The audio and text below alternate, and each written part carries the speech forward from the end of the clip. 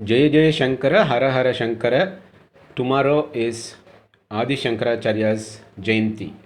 During the long stay at Kashi, one morning Shankara was returning with his disciples from the temple of Vishveshwara. An outcast leading 4 dogs stood on the way. Shankara asked him to clear away from the path. But the outcast did not move and asked Shankara, "From which do you want and what? To go where? Do you want this body which has been similarly built out of food? Do you want one living consciousness to go away from another? What do you say, O learned Brahmin? Which do you want to differentiate, this body of matter or the living Chaitanya?" Shankara was struck dumb at this, as the very purpose of all his teachings, that the self alone is the sole reality, had been summarized by the Chandala in a single verse. Shankara immediately understood the Vedantic purport of Chandala's question and also conjectured that the Lord himself had come in the form of a Chandala to test if Shankara had realized the truth that he had been teaching.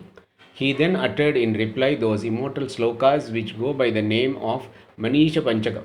These represent the high watermark of Shankara's teaching, where the consistency of a remorseless dialectician Shankara declares that he who has realized the oneness of Brahman and he who has intuited the truth of this doctrine is fit to be even Shankara's master, even though he be from Chandala.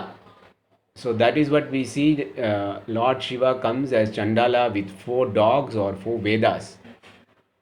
And many have heard about the famous debate between two great scholars, philosophers, Adi Shankara and Mandana Mishra.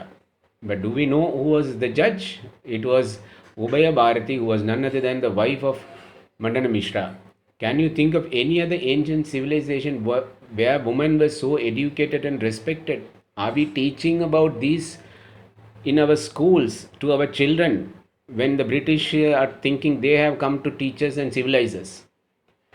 And Kanchi Mahaswami adds about this: what about non Brahmins? Is it not necessary for them too to become pure within? Even if they do not have to perform Vedic rituals or chant mantras, they too have to become cleansed inwardly by doing their allotted work. Whatever his caste or jati, if a man performs his hereditary work in a spirit of dedication to Ishvara, he will become liberated. அதுதான் 63 நாயன்மார்கள் பல ஜாதிகள் இருக்கு அதுல.